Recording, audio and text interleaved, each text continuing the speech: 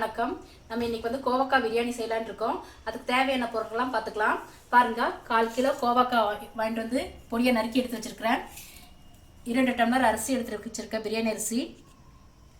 பட்டை, கிராம்பு, ஏலக்காய், பிரிஞ்சி இலை, சிறிதளவு கொத்தமல்லி, சிறிதளவு கரம் மசாலா, 3 ஸ்பூன் இஞ்சி பூண்டு விழுது, சிறிதளவு மிளகாய்த்தூள், 3 வெங்காயம் நறுக்கியது, சிறிதளவு புதினா, 4 பச்சை மிளகாய் கீறியது, ஒரு தக்காளி. இப்போ பிரியாணி தாளிச்சுக்கலாம் வாங்க. பாருங்க, பிரியாணி தாளிக்கிறதுக்காக ஒரு 5 ஸ்பூன் எண்ணெய் ஊற்றி காய வச்சிருக்கேன்.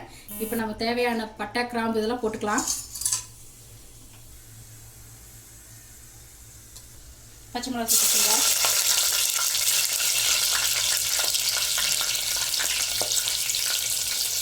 எடுத்து வச்ச வெங்காயம் சேர்த்துக்கிங்க.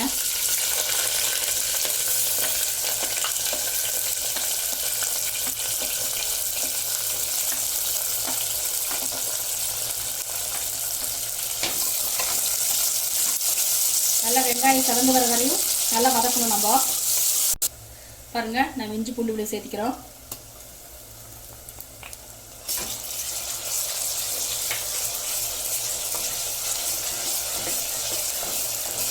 இஞ்சி பூண்டு விழுது நல்லா சதக்கணும். இப்போ நம்ம எடுத்து வச்ச கோவக்காவையும் வெளியே சேர்த்திக்கலாம். சேர்த்து நல்லா வதக்கிக்கிங்க.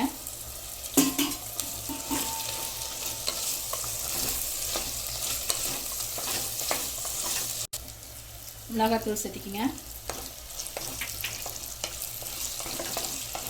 கரம் மசாலா தூள்,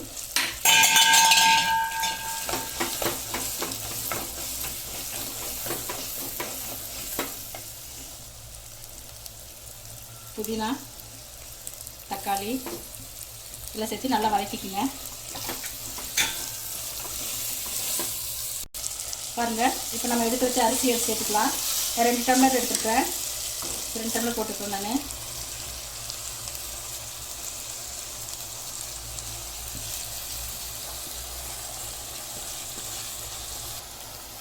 லேசாக கலரி விட்டுக்குங்க.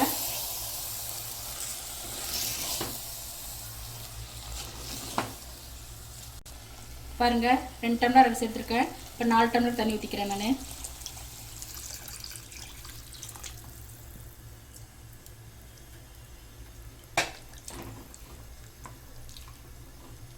இப்போ சாதத்துக்கு தேவையான அளவு உப்பு போட்டுக்கலாம். பாருங்க, நல்லா கலக்கி விட்டுக்குங்க. இப்போ நம்ம கொத்தமல்லி தூவி குக்கர் மூடி போட்டுக்கலாம்.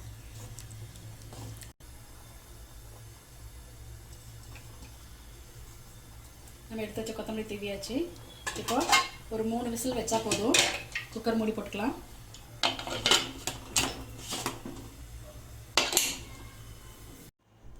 பாருங்க, குக்கர் ஆறிடுச்சு. வெயிட் ரிமூவ் பண்ணிட்டு மூடி திறந்துக்கலாம். பாருங்க, கோவக்காய் பிரியாணி ரெடி ஆகிடுச்சு. பாருங்க, நல்லா உதிரி உதிரியாக இருக்குது. இப்போது இதை ஒரு பவுலுக்கு நான் மாற்றிக்கிறேன் நான். பாருங்கள், சுவையான கோவக்காய் பிரியாணி ரெடி ஆகிடுச்சு. இது வந்து உங்கள் வீட்டில் லஞ்ச் பாக்ஸ் கூட நீங்கள் செஞ்சு கொடுக்கலாம். செஞ்சு பார்த்துட்டு கமெண்ட்ஸ் போடுங்க, சப்ஸ்கிரைப் பண்ணுங்கள். நன்றி, வணக்கம்.